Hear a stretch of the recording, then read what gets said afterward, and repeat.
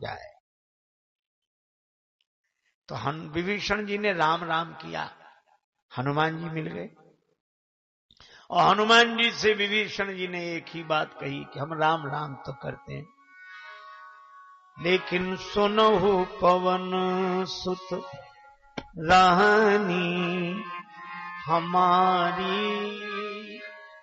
जिमि दसनन मां दीभ बिचारी, जिमि दसनन मां जी है बिचारी, जिमि दसनन जी है बिचारी, जिमि दसनन जिमि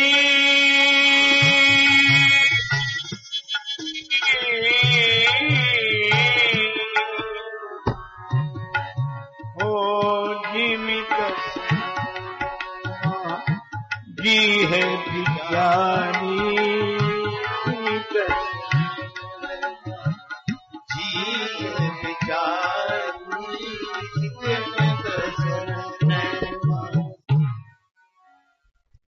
विभीषण जी बोले हमारी बड़ी बुरी हालत है, हम तो ऐसे रह रहे हैं जैसे 32 दांतों के बीच में जीभ रहे।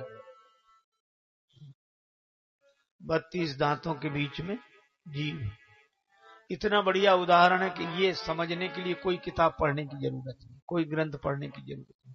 भगवान ने जीभ और दांत तो सबके मुंह में दिए हैं। आज आपने कभी सोचा भोजन करने के बाद 2 दांतों के बीच में अन्न का कण, साग का तृण फंसा रह जाए, परेशान कौन होती है? जीभ। बार बार जाएगी, कुरेदेगी, फिर आएगी, फिर कुरेदेगी, फिर आएगी, फिर कुरेदेगी। अच्छा एक बात बताओ, दांतों के बीच बस जीभ को क्या परेशानी है? आराम से बैठे, पर ये आराम से नहीं बैठती महाराज। कितनी समझाओ, जब तक फंसा है बार बार जाएगी, बार बार बार। परेशानी दांतों की, परेशान जीभ।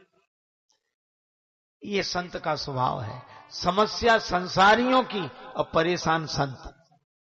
ये किसी तरह सुखी हो जाए, इनका झंझट कट जाए, ये किसी तरह सुखी हो जाए, इनका झंझट कट जाए। बल्कि संतों से लोग कहते हैं कि आपको क्या, जैसा प्रारब्ध भोगने दो, आप काहे को परेशान। पर संत अपने स्वभाव से विवश, पर उपकार वचन मन काया, संत स्वभाव सहज खगराया। लेकिन दांतों का व्यवहार देखा, भोजन करते समय ऊपर नीचे के दांतों के बीच में जीभ आ जाए तो दांत ये लिहाज नहीं करते कि इनसे हमारा इतना ख्याल रखा है, हम ये उसी को कुचलते। कई बार दांतों ने जीभ को कुचला, लेकिन जीभ ने दांतों का भला करना बंद नहीं किया। संसारियों ने, असंतों ने कई बार संतों को दुत्कारा, फटकारा, हैरान परेशान किया, पर फिर भी संतों ने परोपकार करना बंद नहीं किया। विभीषण जी कहते हैं दांत है 32, अकेली है जीभ, क्या करे। हनुमान जी बोले चिंता मत करो, बिचारे मत बनो, मुंह में पहले जीभ आई कि दांत। विभीषण जी बोले जीभ, और अंत तक कौन रहेगा, किसका भरोसा, दांतों का? नहीं, जीभ का। तो दांत तो बीच में आए, बीच में ही चले जाएंगे, इनसे काहे को परेशान। पर ये 32 हैं, जीभ एक, क्या बिगाड़ सकती दांतों का। हनुमान जी बोले जीभ तो दांतों का ऐसा बिगाड़ सकती कि कोई नहीं बिगाड़ सकता। अच्छा दांत जब ज्यादा परेशान करने लगे तो डॉक्टर के पास जाकर बोलती कौन है? जीभ। डॉक्टर साहब अब तो ये दांत बहुत परेशान कर रहे हैं। अच्छा बोलती कि नहीं? डॉक्टर साहब दांत बहुत परेशान कर रहे हैं। तो डॉक्टर क्या करता है, उस समय दांत विरोध नहीं कर सकते कि नहीं साहब ये झूठ बोल रही है, अब हम 32 हैं, हमारी संख्या ज्यादा है, हमारी ना। डॉक्टर तो अपना औजार उठाता, एक एक करके सब दांत निकाल कर बाहर करता है। और जब मुंह में एक भी दांत नहीं तो राज्य किसका? जीभ का। चाहे जहां घूमे फिर कौन रोकने टोकने वाला। हनुमान जी ने विभीषण जी से कहा कि आप हो जीव की तरह, राक्षस हैं दांतों की तरह, चिंता मत करो, राम राम राम राम करते रहो, थोड़ी देर और है, क्या कुछ दिन बाद डॉक्टर साहब आएंगे, डॉक्टर साहब राम जी भवरोग मिटाने वाले, और कई सहयोगी उनके साथ होंगे। यहीं समुद्र किनारे शिविर लगेगा। आप तो चले जाना और एक बार कह देना कि ये दांत बहुत परेशान कर रहे हैं, उसके बाद अगर एक भी दांत बचे तो हमें बताना। और विभीषण जी ने यह बात मान ली है, मान ली तो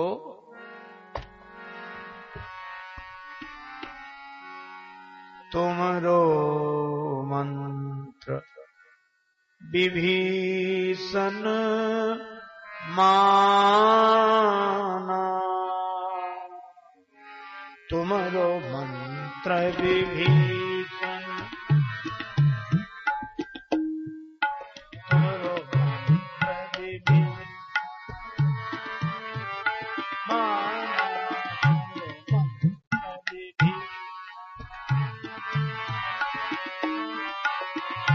लंकेश्वर सब जग जाना,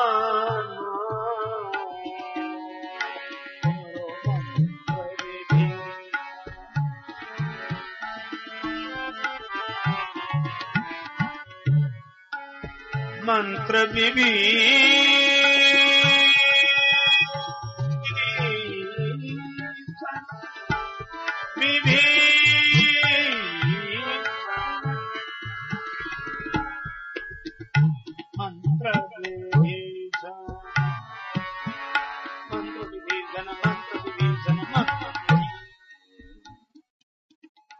मंत्र विभीषण जी ने मान लिया, लंकापति हुए कि नहीं।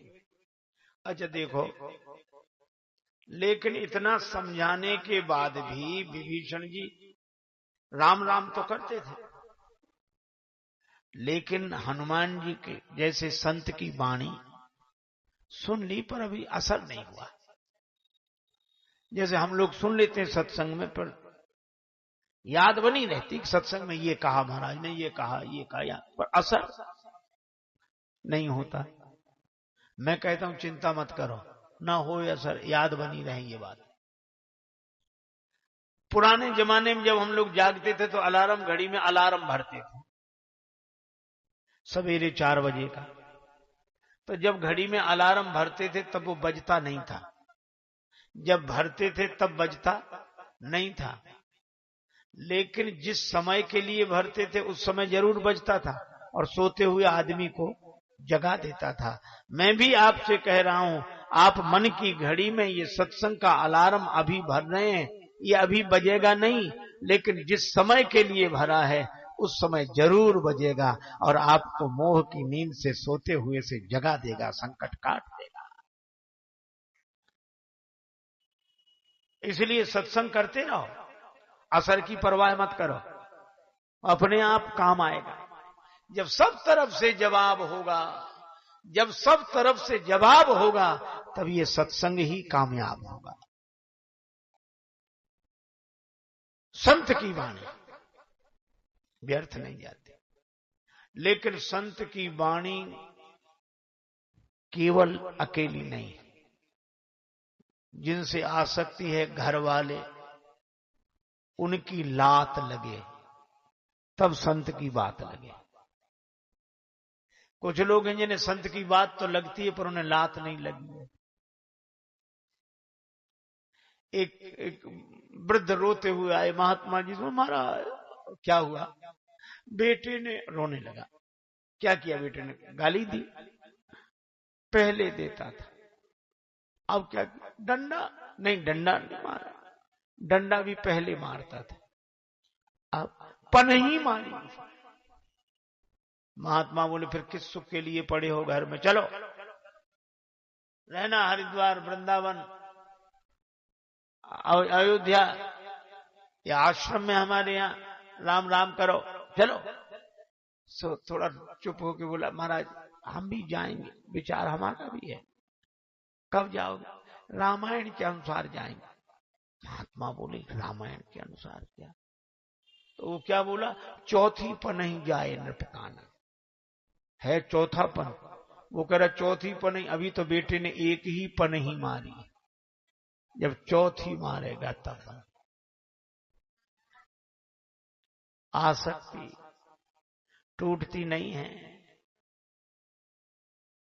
मुझे लगता है कि संसार वाले कितना भी सुख दें तो भी हमें उनसे शिकायत रहती है, और परिवार वाले कितना भी दुख दें तो भी हम हड़बड़ा के भागकर उधर ही जाते हैं। हमने देखा हमारे साथ रहने वाले, मान लो कथा रात को 12 बजे विश्राम हुआ, तो जहां कथा हो रही वहां ज्यादा आराम से है, कमरे हैं और लाइट है, पंखे हैं, एसी है और बहुत बढ़िया है, और पानी है। थोड़ी देर भी अगर पानी ना आए तो उतने में वो पानी नहीं आ रहा हो, क्या व्यवस्था और ठीक है। उन सबके घर हमने देखे हैं, पानी आने की कौन कहे, भरने जाना पड़ता है बाहर, बाल्टी भर भर के लाते हैं। बिजली जब आ जाए तब आ जाए, झोपड़े हैं। मैं शिकायत नहीं कर रहा हूं, तो बोलो इतनी प्रतिकूल परिस्थितियां तो दुख वहां हो गई और सुख यहां है।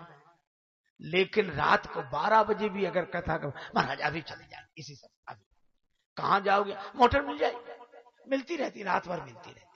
अरे तो तुम रात भर जागोगे, सवेरे चले जाओ, नहीं महाराज अभी अभी इसी समय। कहां जा रही हड़बड़ा की, जहां जाते ही स्वागत होना है। मन की चाल देखो, वहां के लिए जल्दी जल्दी भागता है जहां लोग प्रतिकूल बने बैठे हैं।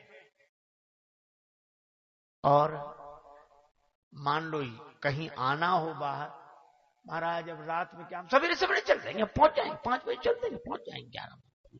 अरे भैया 11 बजे से तो कहता हम 10:30 पहुंच जाएंगे, 10:30। एक दिन लेट चलोगे वहां से, क्यों? अब ये हमें समझ में नहीं आता, हमारी ममता है वहां, ममता तू न गई मेरे मन से, इसीलिए हम उधर ही भागते हैं। गमों के घर में चला है जो सुकून पाने को, गमों के घर में चला है जो सुकून पाने को, कौन समझाए ऐसे मन चले दीवाने को। समा पे सैकड़ों हर रात जला करते हैं, फिर भी समझा सका क्या कोई भी परवाने को। वहां गिरते ही मर जाता है, जलते फिर भी जाता है। मैं आपसे चर्चा कर रहा, ये ममता है, बड़ी कठिन ममता है?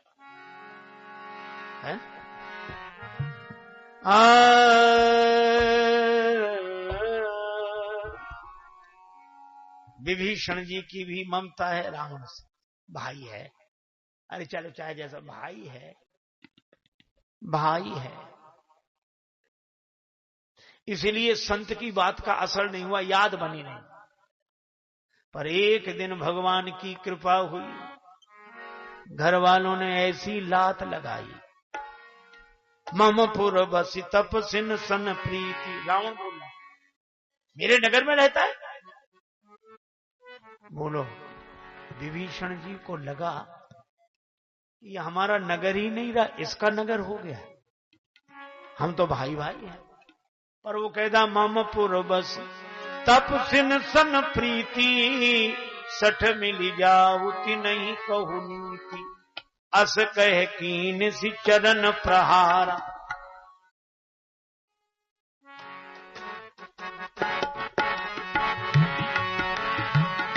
अनुज गहे पद बारही बारा, अनुज गए पद बारही बारा, तुम पितु सरिस भले मोहि मारा, पितु सरिस भले मोहि मारा, राम भजे हित होई तुम्हारा, राम भजे हित होई तुम्हारा।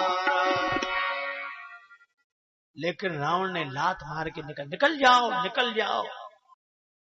एक दिन ऐसा आता है कि हम घर वालों की बहुत हाथ कई बार देखा ना, बूढ़े बूढ़े माता पिता, बेटा ऐसा मत करो, हम तुम जैसे रखो, हम कहते, पर बेटे कहते नहीं नहीं कोई जरूरत नहीं है, हम तुम्हें ना क्या यहाँ गाँव में जाओ, रोते हुए आते हैं। अच्छा चलो, घर से निकल आए, दुख था, हैरानी पर, अब यहाँ आश्रम में कमरा है, सुख है, सुविधा है, पर इस सुख में भी रोते गए। क्या कोई परेशानी नहीं? परेशानी तो कुछ नहीं, सब आराम। तो क्या नहीं हो सकता, बेटे का करके रोते हैं। हमने जिंदगी लगा दी, एक एक को किया और हमें ये मिला। देखो, आसक्ति रुलाती है, आसक्ति माने आंसू, और ये इतनी विचित्र है आसक्ति, ये कभी भी आ सकती है, कैसे भी आ सकती है, कहीं से भी आ सकती है, जा नहीं सकती। विभीषण जी बार बार चरण पकड़ रहे हैं तो भी लात मार रहा है, निकल जाओ। और जब ज्यादा लात लगी तो याद आ गई सत्संग की, जब लात लगी घर वालों की तो बात लगी संत की। तब विभीषण जी ने कहा, राम सत्य संकल्प प्रभु सभा काल बस तोरी, मैं रघुवीर शरण अब जाऊं देहु जनि खोरी। अब हम राम जी की शरण में जाते हैं। क्यों ऐसी परिस्थिति बनी, क्यों विभीषण जी राम जी की शरण में आए? इसका अर्थ है कि आप नाम जपो, नाम जपो, नाम जपो, भगवान का नाम ऐसी परिस्थिति बना देगा, ऐसा सत्संग करा देगा कि आप संसार से हटकर भगवान की शरण में चले जाएंगे, भगवान के हो जाएंगे। आपको कुछ नहीं करना ना।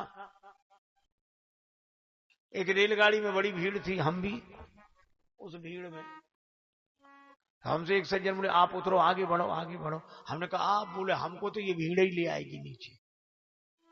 और सचमुच सब भीड़ को उतरना, आदमी को चलना ही नहीं पड़े, वो धक्का दे के ले आया आराम।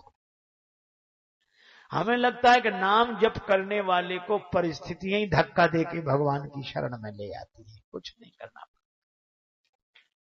तो नाम ने कहां भेजा? रूप के पास। अब भगवान का दर्शन करेंगे, है?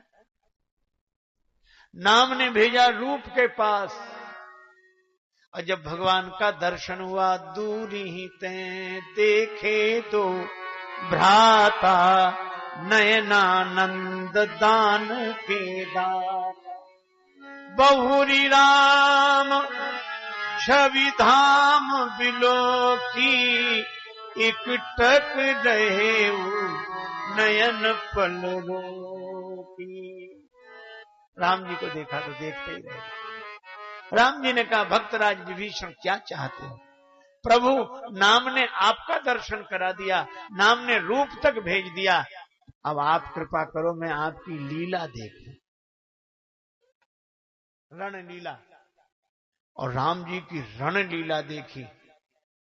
राम जी का राज्य तिलक हुआ, अयोध्या आए विभीषण जी, तो नाम ने रूप तक भेजा, रूप ने लीला तक। और जब भगवान विभीषण जी का तिलक किए तो विभीषण जी से कहा, करेऊ कल्प भरी राज तुम, एक कल्प तक राज्य करना, एक कल्प तक, और मेरा स्मरण करना, मोहि सुमरेऊ मन माहि। विभीषण जी बोले, अब यही करते रहेंगे तो भजन कब करेंगे? कुछ लोग होते ही ऐसे। एक आदमी गया सर्कस में, बोला हमको भी रख लो। बोला तुम क्या कमाल करते हो? बोला हम 4 आदमी का भोजन अकेले कर सकते हैं। दुबला पतला, और कहे 4 आदमी का भोजन कर दिया। बोले भरोसा नहीं तो करके देखा। उन्होंने 4 थालियां मंगाई, चारों ही खा गया। बोले वाह वाह वाह, बड़ी प्रशंसा, हमारे एक पहले शो में दिखा दो। चलो पहले शो में फिर 4 थालियां खा गया, बड़ी तालियां बजी। तो सर्कस वाले बोले 1 शो में और, दूसरे में भी खा गया, तीसरा शो एक बार, तीसरे शो में भी खा गया। उसको ऐसा भी 4-4 थालियां अकेले ही खा जाए। आखिरी सो बचा कि इसमें और दिखा दो। तो बोला बाप यही करते रहेंगे, घर जाके कुछ खाएंगे पिएंगे नहीं? बोलो यही करेंगे। विभीषण जी बोले यही करेंगे तो भजन कब करेंगे? हम लोग भी सोचते हैं कि जब यही करेंगे तो भजन कब करेंगे। भगवान ने बहुत बढ़िया बात बताई है, भजन करने वालों को कुछ छोड़ने की जरूरत ही नहीं। जहां हो भजन करो, जहां हो राम राम करो, परिस्थिति खुद अपने आप निर्मित होगी। विभीषण जी बोले तो हमारा उद्धार कैसे होगा? भगवान बोले करे हो कल्प भरी राज तुम और मोहि सुमेरे हो मन माहि, मेरा स्मरण करना तो मैं वचन देता हूं पुण्य मम धाम पाई हो जहां संत सब जाए, तुम्हें मेरे धाम की प्राप्ति होगी। स्मरण कैसे करना? जो है भगवान ने दिया है, भगवान का है। केवल इतने ही जान लेने से हमें भगवान के धाम की प्राप्ति होती है। तो धाम तक विभीषण जी कैसे पहुंचे? नाम से शुरू हुआ। भगवान का नाम भगवान के रूप तक ले जाता है, भगवान के रूप का दर्शन भगवान की लीला तक ले जाता है, और भगवान की लीला व्यक्ति को भगवान के धाम तक पहुंचाती है। लेकिन इसके मूल में विश्वास है। राम राम रटो तो राम राम रटो, शुरू कर दो, विश्वास पूर्वक शुरू कर दो। जैसे मान लो कोई कहे कि ये रास्ता चले जाओ, पर वहां पहुंच जाओगे, सुनसान है लेकिन रास्ता बहुत बढ़िया, कोई डर नहीं कोई फिक्र नहीं, बढ़िया रास्ता है, जाओ। और आदमी थोड़ा चले फिर सोचने लगे पता नहीं जाने जाता हो कि नहीं जाता हो, लौट चलो। फिर कहे नहीं नहीं सही है ये, दूसरे भैया तुम बताओ, हमें तो पता नहीं भैया, उनको पता नहीं, तो लौट आओगे कि नहीं? पर भजन के रास्ते से लौटना नहीं है, विश्वास पूर्वक चलते जाना है। देर होगी अंधेर नहीं होगा, जीवन धन्य हो जाएगा। इसीलिए नाम जप। श्री अवध में एक धर्मशाला में एक महात्मा ठहरे। अब महात्माओं का काम, सवेरा हुआ तो धर्मशाला में ऊपर के कमरे में थे, तो बाहर निकलकर अब वो कीर्तन करने लगे। सीताराम सीताराम कहो प्यारे, गांव गांव द्वारे, सीताराम कहो प्यारे, गांव गांव द्वारे द्वारे, सीताराम सीताराम कहो प्यारे, गांव गांव द्वारे द्वारे, सीताराम सीताराम कहो प्यारे, गांव गांव द्वारे द्वारे। राम भजन से जीव सुधर गए, राम भजन से जीव सुधर गए, नाम जपे से कितने तर गए, नाम जपे से कितने तर गए, जितने नई नभ में तारे, गांव गांव द्वारे, जितने नई नभ में तारे, गांव गांव द्वारे द्वारे, सीताराम सीताराम कहो प्यारे, गांव गांव द्वारे द्वारे, सीताराम सीताराम कहो प्यारे, गांव गांव द्वारे द्वारे।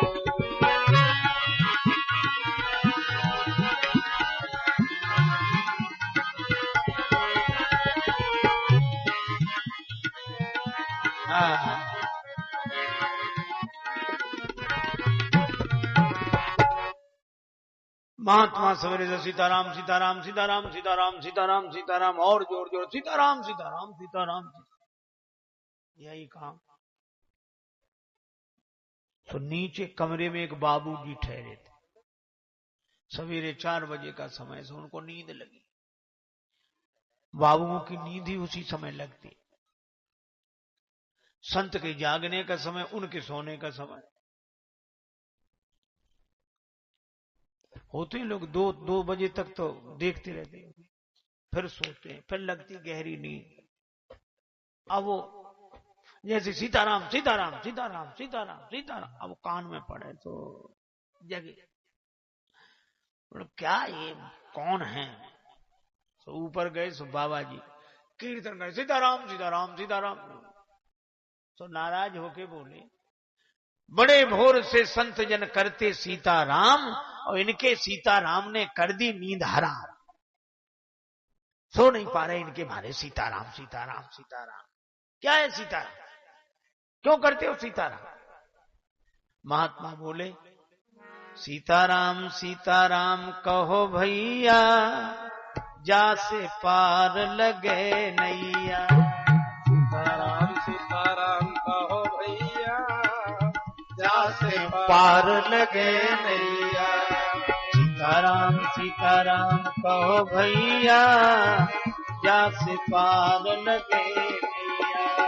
सीताराम सीताराम कहो भैया, जा से पार लगे नैया। महात्मा बोले, नैया पार इसी से लगेगी, सीताराम सीताराम कहो।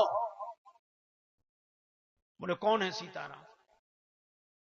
तो महात्मा फिर बोले, कह लो भैया सीताराम, राम बाप से पर है काम। कह लो भैया सीताराम, राम बाप से पर है काम। महात्माओं के तो भजन ऐसे ही होते हैं। एक महात्मा भजन गा रहे थे, काय बोल रहे कीर्तन धीरे से, काय बोल रहे कीर्तन धीरे से, काय बोल रहे कीर्तन धीरे से, काय बोल रहे कीर्तन धीरे से। खा खा के तुम मोटे हो रहे, खा खा के तुम मोटे हो रहे। पटिया बने दो चीरे से, काय बोल रहे कीर्तन धीरे से, कीर्तन धीरे से। एक महात्मा और कह देते, गुण गालो अपने स्वामी के, गुण गालो अपने स्वामी के। नहीं करिया हो स्वामी के, करिया हो स्वामी के। देखो संतों की सधुकड़ी भाषा में कितना बड़ा उपदेश। सूरदास जी कहते, भजन बिन बैल बिराने होए हो। एक महात्मा गा रहे थे, भजन बिन ऐसे ही होत बड़े, भजन बिन ऐसे ही होत, भजन बिन ऐसे ही होत बड़े। भजन के बिना कैसे बड़े